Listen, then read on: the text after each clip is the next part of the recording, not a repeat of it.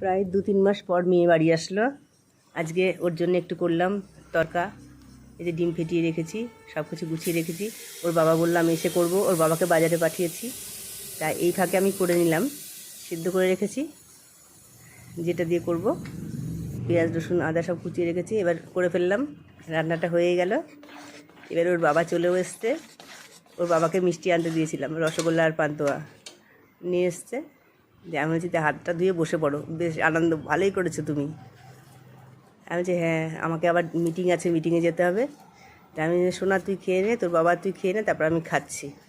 দিয়ে ওদেরকে পরিবেশন করলাম। মেয়ে আবার কালো মিষ্টি খায়, কালো মিষ্টি মানে পান্তুয়া, আর সাদা মিষ্টি ওর বাবা আর আমি।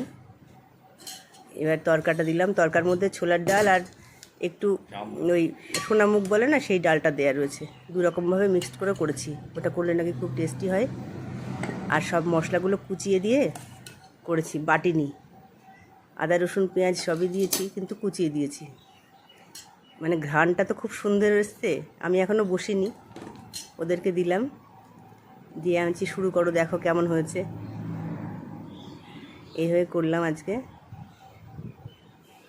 এবার আমি আবার বেরিয়ে যাব, 11টার মধ্যেই যেতে হবে আমাকে, তার মধ্যে আবার রান্না টান্না আছে।